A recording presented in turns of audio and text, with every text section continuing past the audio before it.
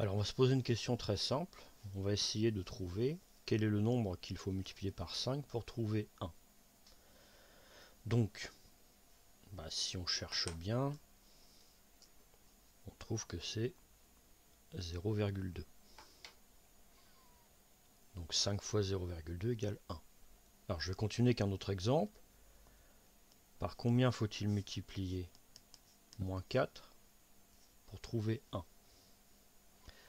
Alors déjà, on voit que comme moins 4 est négatif et 1 est positif, il faut forcément multiplier par un négatif pour que le résultat soit positif. Alors la réponse c'est 0,25. On sait que 4 fois 0,25 ça fait 1. Je continue. Par combien faut-il multiplier 7 pour obtenir 1? Donc là le résultat n'est pas immédiat. Par contre je peux réfléchir à quelle opération je dois faire pour trouver le résultat. Alors si je reprends le premier nombre, par quel nombre faut-il multiplier 5 pour trouver 1? Eh bien, pour trouver ce nombre-là, je vais calculer 1 divisé par 5. Dans 1, il y a combien de fois 5? Je fais 1 divisé par 5. Même chose, quand je cherche par combien il faut multiplier moins 4 pour faire 1, je cherche dans 1, il y a combien de fois moins 4. Et donc, c'est exactement ce qu'on se dit quand on fait une division. Ici, même chose. Pour faire 1, il y a combien de fois 7? Et le résultat, c'est 1 divisé par 7. Alors si je fais mon calcul, 1 divisé par 7 n'est pas un nombre décimal. La division ne s'arrête jamais. Et je peux l'écrire 1 septième. De même qu'ici, je peux écrire 1 cinquième et ici 1 moins 1 sur 4 ou moins 1 quart. Donc ici je vais écrire 1 septième. Alors, la définition, on dit que deux nombres dont le produit vaut 1 sont des nombres inverses. Autrement dit, on dit par exemple que l'inverse de 5, c'est 0,2. Mais on dit aussi que l'inverse de 0,2 est 5. Et on peut dire aussi 5 et 0,2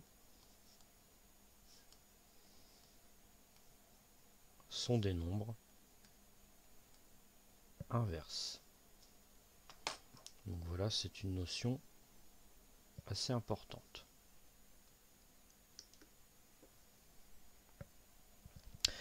Alors je vais continuer avec d'autres exemples. Donc par exemple, si on considère maintenant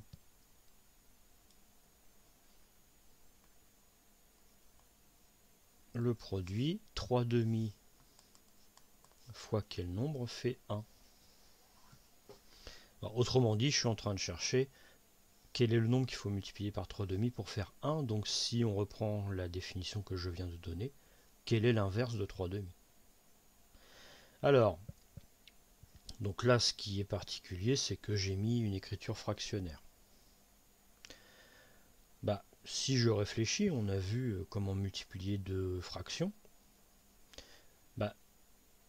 Si je multiplie cette fraction par un autre nombre, ça doit faire 1. Mais on sait très bien que 1, c'est une fraction, ça peut être écrit comme une fraction avec le numérateur et le dénominateur qui sont égaux. Donc je peux chercher par quelle fraction je multiplie 3 demi pour que ça fasse une fraction avec le numérateur et le dénominateur égal. Eh bien, il suffit de multiplier par 2 tiers. Puisque la multiplication de fractions, on multiplie les numérateurs entre eux. 3 fois 2, 6. 2 fois 3, 6. Et 6 sixièmes, ça fait bien 1. Donc l'inverse de 3 demi, c'est 2 tiers. On continue, par exemple, je veux connaître quel est l'inverse de moins 5 septièmes. C'est-à-dire par quel nombre je multiplie moins 5 septièmes pour faire 1. Bah, si je réfléchis, je vais multiplier moins 5 septièmes par une fraction. Et il faut que le produit des deux fasse une fraction, soit égal à une fraction dont le numérateur et le dénominateur sont égaux. Eh bien, si je réfléchis bien, bah, il suffit de multiplier le moins 5 par 7 et le 7 par moins 5. Du coup, je vais avoir moins 5 fois 7, moins 35. 7 fois moins 5, moins 35. On a vu la règle de multiplication des fractions. Et ça fait bien 1. Donc l'inverse de moins 5 septièmes, c'est moins 7 cinquièmes. Alors vous commencez à comprendre comment trouver l'inverse d'une fraction. Et d'où vient le mot inverse. L'inverse de 3 demi, c'est 2 tiers. L'inverse de moins 5 septièmes, c'est moins 7 cinquièmes. On inverse. Donc ce qu'il faut retenir, c'est que l'inverse d'un nombre, c'est le nombre qu'il faut multiplier pour trouver 1. L'inverse d'une fraction, eh bien on peut inverser le numérateur et le dénominateur. D'ailleurs, pour les nombres, c'est la même chose. Regardez. Si je cherche l'inverse de 7, alors on a vu tout à l'heure, c'est 1 septième. Bah, je peux dire